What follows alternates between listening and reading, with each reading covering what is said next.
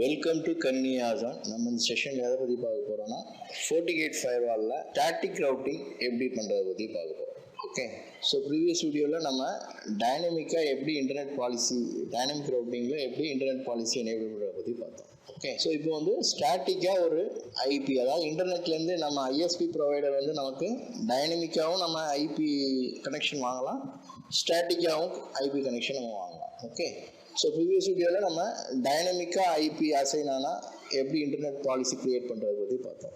So இப்போ வந்து நம்ம எதை பார்க்க போகிறோம்னா, ஸ்டாட்டிக் ஐபி வாங்கினா எப்படி வந்து FortiGate ஃபயர்வாலில் கான்ஃபிகரேஷன் பண்ணுறதை பற்றி பார்க்க போகிறோம். ஓகே, ஸோ ஃபஸ்ட்டு நம்ம விண்டோஸ் சிஸ்டத்தில் இன்டர்நெட் ஒர்க் ஆகுதுன்னு செக் பண்ணிக்கலாம். பின் 8.8.8. ஓகே, இப்போ இன்டர்நெட் வந்து ஒர்க் ஆகுது. நமக்கு வந்து என்ன பாலிசியில் இன்டர்நெட் பாலிசி இருக்குன்னா டைனமிக் இதில் இருக்குது. ஓகே, டைனமிக் ஐபியிலேருந்து உங்களுக்கு ஐபி இன்டர்நெட் பாலிசி நம்ம க்ரியேட் பண்ணியிருக்கோம்.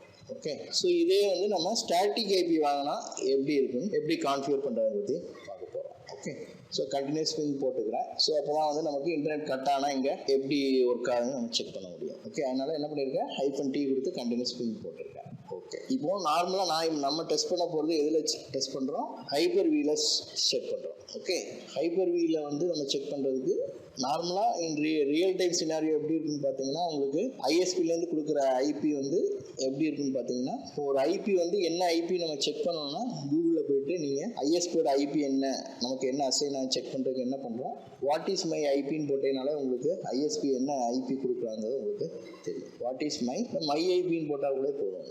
மை ஐபி ஃபர்ஸ்ட் ஒன்று இருக்கு, அதை கிளிக் பண்ணுங்கள். ஸோ உங்களுக்கு 106.222.223.8 தான் உங்களுக்கு ஐபி அசைன் ஆகுது. ஓகே, ஸோ இது வந்து நமக்கு நான் ஏர்டெல்லில் வந்து நான் வாங்கியிருக்கேன். ஸோ அதை வந்து நான் என்ன பண்ணியிருக்கேன், ரியல் டைம் சினாரியோவில் வீட்டில் இருக்க ஏர்டெல் கொடுத்த ரவுட்டரில் தான் நான் வந்து கான்ஃபிகர் பண்ணியிருக்கேன்.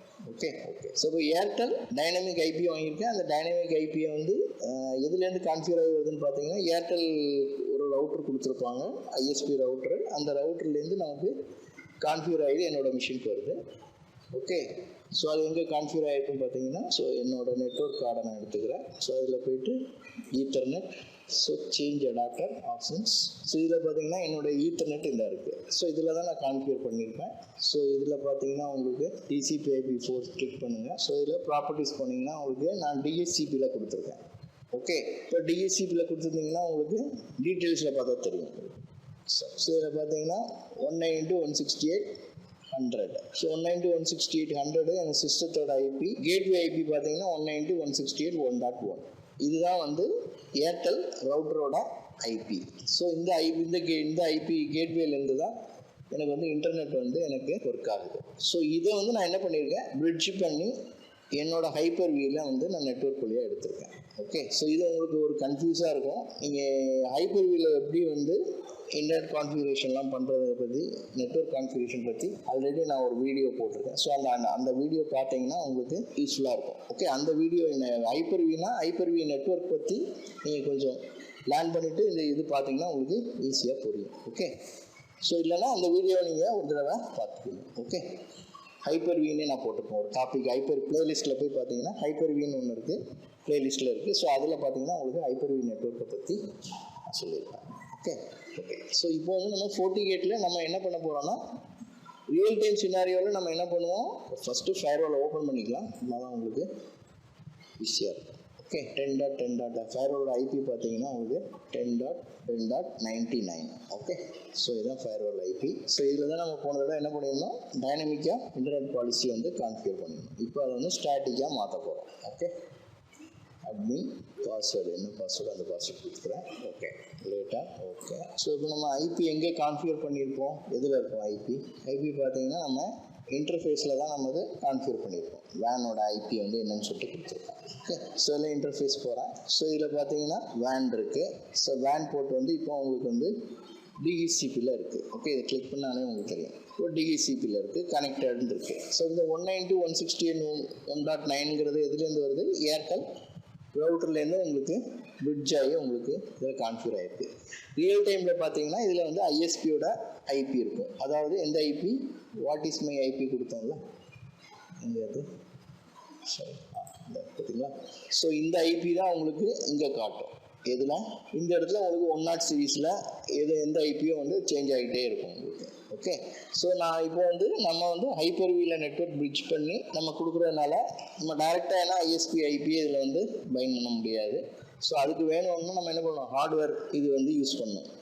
அதான் ஹார்ட்வேர் ஃபயர்வால் வந்து நம்ம யூஸ் பண்ணணும். ஓகே, அது வந்து டெஸ்ட் பண்ணால் தான் நம்ம டைரெக்டாக அப்படி கொடுக்க முடியும். நம்ம என்ன பண்ணியிருக்கோம், நம்ம வந்து ஹைப்பர்வியூ டெஸ்டிங்காக ஹைப்பர்வியூடைய ஒரு இமேஜ் வச்சு நம்ம லேர்ன் பண்ணிட்டு இருக்கோம். ஸோ அதனால நம்ம என்ன பண்ணுறோம், இந்த இடத்துல ஒன்றும் இல்லை, ரியல் டைம் சினாரியோவில் இந்த இடத்துல ரொம்ப காம்ப்ளிகேட்டடாக நம்ம சொல்லணும்னா, அதாவது இந்த இடத்துல என்ன வரும்னு பார்த்தீங்கன்னா உங்களுக்கு ரியல் டைமில் வந்து ஐஎஸ்பியோட டைனமிக் ஐபி மட்டும் வரும். அதை மட்டும் ஞாபகம் வச்சுக்கோங்க.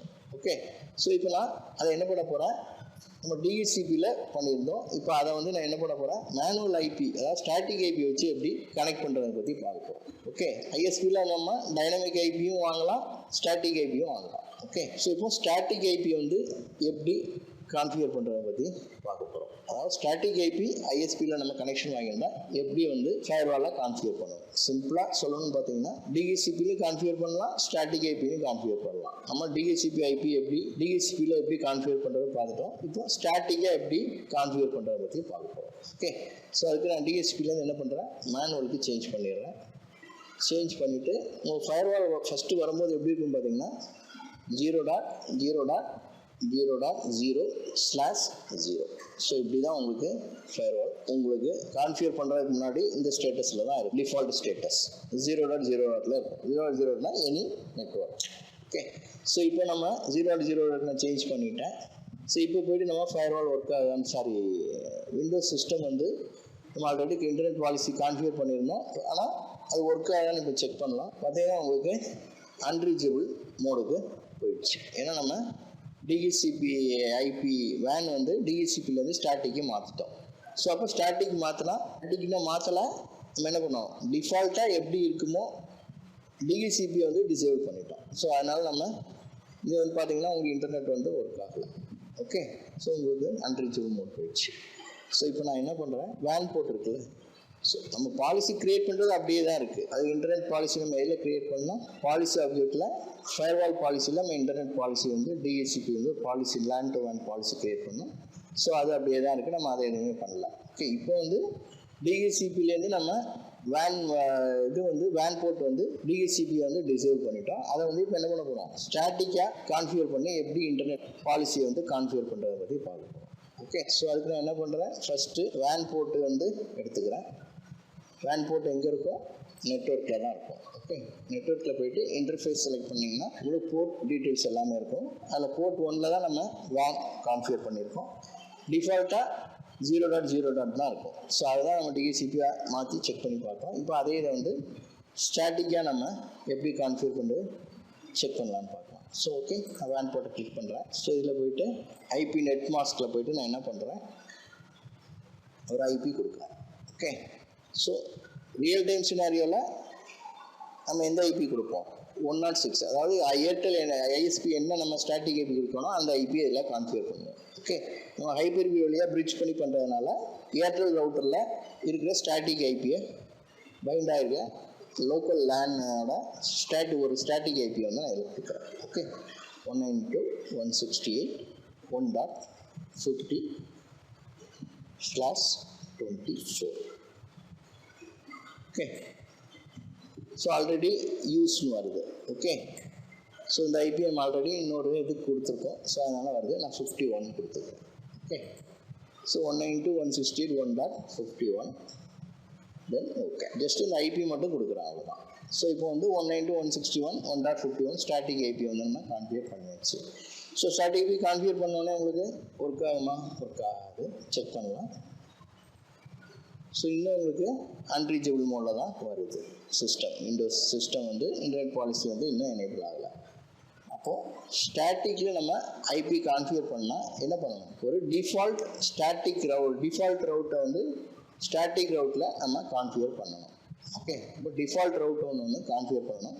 அது எங்கே பண்ணணும்னு பார்த்தீங்கன்னா ஸ்டாட்டிக் ரவுட்ஸ் இருக்குது பார்த்தீங்களா, இதில் இருக்கிறது நெட்வொர்க்கில் ஃபஸ்ட்டு இன்டர்ஃபேஸில் நம்ம ஸ்டாட்டிக் ஐபி கொடுத்துட்டோம். அதுக்கப்புறமா அதே நெட்வொர்க்கில் ஸ்டாட்டிக் ரவுட்ஸ் இருக்குல்ல, அதில் டிஃபால்ட் ரவுட்டை வந்து நம்ம க்ரியேட் பண்ணணும். ஸ்டாட்டிக் ரவுட்ஸ் கிளிக் பண்ணுங்கள், அதில் போய்ட்டு க்ரியேட் நியூ. ஸோ இதில் பார்த்தீங்கன்னா சப்நெட் அப்படியே இருக்கட்டும். 0.0 எனி நெட்வொர்க்.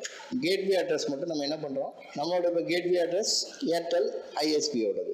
ஓகே, ஸோ இப்போ அது நம்ம ஏர்டெல் ரவுட்டரோட ஐபி என்னன்னு பார்த்தீங்கன்னா 192.168.1.1. ஸோ இந்த கேட்வே வழியாக தான் நமக்கு இன்டர்நெட் வந்து ஃப்ளோ ஆகுது. ஸோ அப்போ கேட்வே அட்ரஸில் 192.168.1. கொடுத்துட்டேன். ஸோ எதுன்னு பார்த்தீங்கன்னா இதுதான் ஏர்டெல் ரவுட்டர். ஸோ இது ஏர்டெல் ரவுட்டர் வழியாக தான் நமக்கு இன்டர்நெட் ஃப்ளோ ஆகுது. ஸோ அதோட ஸ்டாட்டிக் ஐபி லேன் ஐபி பார்த்தீங்கன்னா 192.168.1.1. ஸோ அந்த ஐபியை தான் வந்து நான் என்ன பண்ணுறேன், ஸ்டாட்டிக் ரவுட்டில் கேட்வே அட்ரஸாக கொடுக்குறேன். எதுலேருந்து உங்களுக்கு இது வரணும், வேன் போர்ட்டு. ஓகே, இன்டர்ஃபேஸ் வந்து நமக்கு எது வேன் போர்ட் வழியாக தான் உங்களுக்கு இன்டர்நெட் வந்து ஃப்ளோ ஆகணும். அதனால் என்ன பண்ணுறேன், இன்டர்ஃபேஸில் வேன் போர்ட், அதாவது ஸ்டாட்டிக் ஐபி கான்ஃபிகர் பண்ணணும்னா அந்த வேன் போர்ட்டை நான் செலக்ட் பண்ணிக்கிறேன். ஓகே, வேன் போர்ட்டு 1 செலக்ட் பண்ணிவிட்டு இதெல்லாம் வேறு எதுவும் சேஞ்ச் பண்ண வேண்டாம். நம்ம சேஞ்ச் பண்ண வேண்டியது gateway address and interface. Gateway address வந்து நம்ம கேட்வே இதை வந்து நான் கொடுத்துட்றேன். ஐஎஸ்பி என்ன கேட்வே கொடுத்துருக்கோம் அந்த கேட்வே ஐபி அட்ரஸ் கொடுக்கணும். அதை கொடுத்துட்டு இன்டர்ஃபேஸ் வந்து நம்ம எந்த ஸ்டாட்டிக் ஐபியை கான்ஃபிகர் பண்ணியிருக்கோமோ வேன் போர்ட்டில் தான் நம்ம போர்ட் 1ல் வேனில் வந்து ஸ்டாட்டிக் ஐபி கான்ஃபிகர் பண்ணியிருக்கோம். ஸோ அந்த இதை வந்து போர்ட்டை நான் செலக்ட் பண்ணிவிட்டு வேறு எதுவும் சேஞ்சஸ் வேணாம் செலக்ட் பண்ணிவிட்டு ஓகே. ஸோ வந்து இப்போ டிஃபால்ட் ரவுட்டு உங்களுக்கு க்ரியேட் ஆகிடுச்சு. ஸோ இப்போ பார்க்கலாம் நமக்கு இன்டர்நெட் வந்து விண்டோஸ் சிஸ்டத்தில் வந்து ஒர்க் ஆகான்னு செக் பண்ணலாம். ஸோ உங்களுக்கு ஒர்க் ஆக ஆரம்பிச்சிச்சு. ஓகே, ஸோ உங்களுக்கு கூகுளோட டிஎன்எஸ் வந்து ஒர்க் ஆக ஆரம்பிச்சிருச்சு, பிங் ஆகுது. ஸோ இப்போ இன்டர்நெட் வருதான்னு பார்த்துடலாம். கூகுள் ஓகே ஸ்லோவாக இருக்குது. ஸோ உங்களுக்கு google.com ஃப்ளோ ஆகுது. நம்ம ஏதாவது ஒரு இது வேணால் செக் பண்ணி பார்த்துக்கலாம். ஸோ உங்களுக்கு இன்டர்நெட்டு ஒர்க் ஆகுது. ஓகே, ஸோ இப்போ வந்து நம்ம ஸ்டாட்டிக்காக வந்து எப்படி இன்டர்நெட் ஸ்டாட்டிக் ஐபி வச்சு எப்படி இன்டர்நெட் கான்ஃபிகர் பண்ணுறதை பற்றி பார்த்துட்டோம். ஓகே, ஸோ அதுக்கு ஃபஸ்ட்டு என்ன பண்ணோம், நெட்வொர்க்கில் போயிட்டு இன்டர்ஃபேஸ் செலக்ட் பண்ணோம். அதில் நம்ம வேன் போர்ட்டில் டைனமிக்லேருந்து ஸ்டாட்டிக்காக சேஞ்ச் பண்ணோம். ஓகே, ஸோ இங்கே டிஹெச்சிபி இருந்தது, அதை வந்து மேனுவலாக கொடுத்துட்டு நமக்கு என்ன ஐபி ஸ்டாட்டிக் ஐபி இருக்கோ வேனோட ஸ்டாட்டிக் ஐபி கான்ஃபிகர் பண்ணுறோம். அது மட்டும் தான் சேஞ்ச் பண்ணுறோம், வேறு எதுவுமே சேஞ்ச் பண்ணோம், மற்றெல்லாம் அப்படியே தான் இருக்குது. ஓகே, ஸோ மேனுவல்லேருந்து டிஹெச்சிபிலேருந்து மேனுவல் ஐபி வந்து கான்ஃபிகர் பண்ணுறோம். அப்புறம் நெக்ஸ்ட்டு என்ன பண்ணுறோம், இந்த வேன் இதில் மட்டும் ஸ்டாட்டிக் ஐபி மட்டும் கொடுத்தா போதாது, அதுக்கு வந்து ஒரு டிஃபால்ட் ரவுட் ஒன்று க்ரியேட் பண்ணணும். ஸோ அதுக்கு என்ன பண்ணுறோம், அதே நெட்வொர்க்கில் ஸ்டாட்டிக் ரவுட்னு ஒரு ஆப்ஷன் இருக்குது. ஸோ அதை கிளிக் பண்ணுறோம். ஸோ அதை கிளிக் பண்ணிவிட்டு க்ரியேட் நியூன்னு கொடுத்தீங்கன்னா உங்களுக்கு இந்த மாதிரி ஒரு விண்டோ வரும். அதில் என்ன பண்ணுறோம், சப்நெட் இன்டர்ஃபேஸ் சர்வீஸ் இருக்குது. சப்நெட் வந்து 0.0 எனி நெட்வொர்க்கில் இருக்கும். கேட்வே ஐபி அட்ரஸ் நமக்கு என்ன ஐஎஸ்பியோட கேட்வே இருக்கோ அந்த கேட்வே கொடுக்குறோம். இன்டர்ஃபேஸில் வந்து நம்ம என்ன பண்ணுறோம், நமக்கு என்ன போர்ட்டில் நம்ம வந்து ஸ்டாட்டிக் ஐபி கான்ஃபிகர் பண்ணியிருக்கோமோ அந்த போர்ட்டை செலக்ட் பண்ணிவிட்டு இன்டர்ஃபேஸ் வந்து அந்த இன்டர்ஃபேஸை செலக்ட் பண்ணிக்கிறோம். நம்ம எதில் கான்ஃபிகர் பண்ணியிருக்கோம், வேன் வந்து போர்ட் 1ல் கான்ஃபிகர் பண்ணியிருக்கோம். அதை செலக்ட் பண்ணி இன்டர்ஃபேஸில் கொடுக்குறோம். ஓகே, ஸோ இது ஓகே கொடுத்ததுக்கப்புறம் உங்களுக்கு இந்த மாதிரி ஒரு பாலிசி ஒன்று, ஒரு டிஃபால்ட் ரவுட் ஒன்று க்ரியேட் ஆகும். ஸோ இதில் பார்த்தீங்கன்னா டெஸ்டினேஷன் வந்து any network, gateway IP address பார்த்தீங்கன்னா 192.168.1. எந்த போர்ட்டில் எந்த இன்டர்ஃபேஸில் இருக்குது, போர்ட் 1 வேன் இன்டர்ஃபேஸில் போர்ட் 1ல் இருக்குது. ஸ்டேட்டஸ் வந்து எனேபிளாக இருக்குது. ஓகே, ஸோ இப்போது நம்ம வந்து ஸ்டாட்டிக் ரவுட்டை வந்து எப்படி ஸ்டாட்டிக் ஐபி கொடுத்து எப்படி இன்டர்நெட் பாலிசி எனேபிள் பண்ணுறதை பற்றி பார்த்தோம். 48 ஃபயர்வாலில் ஸ்டாட்டிக் ஐபி ஐஎஸ்பியோட ஸ்டாட்டிக் ஐபியை வந்து எப்படி கான்ஃபிகர் பண்ணி இன்டர்நெட் வந்து எப்படி எனேபிள் பண்ணுறதை பற்றி பார்த்தோம். ஓகே, ஸோ அப்போது இன்டர்நெட் வந்து 2 டைப்ஸாக வந்து நம்ம 48 ஃபயர்வால் எனேபிள் பண்ணலாம். ஒன்று வந்து டைனமிக்காக ஐபி அசைன் பண்ணி எனேபிள் பண்ணலாம். இன்னொன்று வந்து ஸ்டாட்டிக்காக ஐபி அசைன் பண்ணி இன்டர்நெட் வந்து எனேபிள் பண்ணலாம். ஓகே, ஒன்று வந்து டைனமிக், இன்னொன்று ஸ்டாட்டிக். ஓகே, இப்போ நெக்ஸ்ட் செஷனில் இன்னொரு டாபிக் பற்றி பார்க்கலாம். Okay, thank you.